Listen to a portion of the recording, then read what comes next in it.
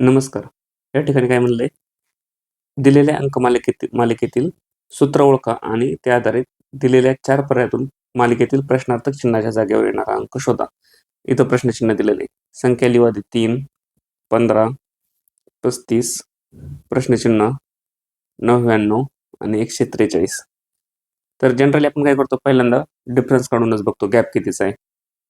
इथं 3 पाची 15 दिसतंय, मग 15च्या पाड्यात पण 35 नाही, 99 पण यांच्या पाड्यात येत नाही, 143 पण नाही. दुसरी एक गोष्ट बघितली की स्क्वेअरचं लॉजिक लावलं तर आपल्याला पटकन लक्षात येते ही 4पेक्षा 1 कमी दिसते 3, ही 16पेक्षा 15 1 कमी आहे, ही 36 पेक्षा 1 कमी आहे.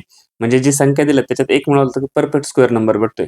3त 1 मिळवला 4 2चा वर्ग आहे, 15त 1 मिळवला 16 4चा वर्ग आहे, 35 मध्ये 1 मिळवला 36 6चा वर्ग आहे, 99 मध्ये 1 मिळवला 100 वर्ग आहे 10चा, 143 मध्ये 1 मिळवला 144 पण वर्ग आहे, म्हणजे हा पण वर्ग असणार इथं. आता कितीचा वर्ग असू शकतो इथं, हे 2चा वर्ग झाला, हा 4चा, 4 चोक 16, 6 6 36 वर्ग, 10 10 100, 12 12 144, 2 नंतर 4 4 आणि 2 6 6 आणि 2 8, इथं 8चा स्क्वेअर 8 8 64 आणि 8 नंतर 2 10 10 आणि 2 12, म्हणजे याच्या वरच्या संख्येच्या पेक्षा 1 कमी पाहिजे, 64 पेक्षा 1 कमी, म्हणजे इथं 63 पाहिजे.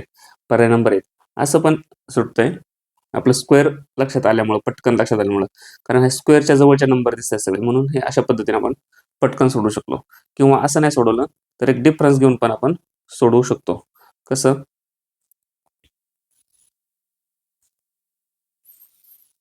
आता इथं प्रश्नचिन्ह आहे, याच्यात कितीचा डिफरन्स आहे, 15तून 3 गेले 12चा गॅप आहे, हा गॅप कितीचा आहे 20चा, हा गॅप माहित नाही, हा गॅप माहित नाही, हा गॅप 43 आणि 44चा.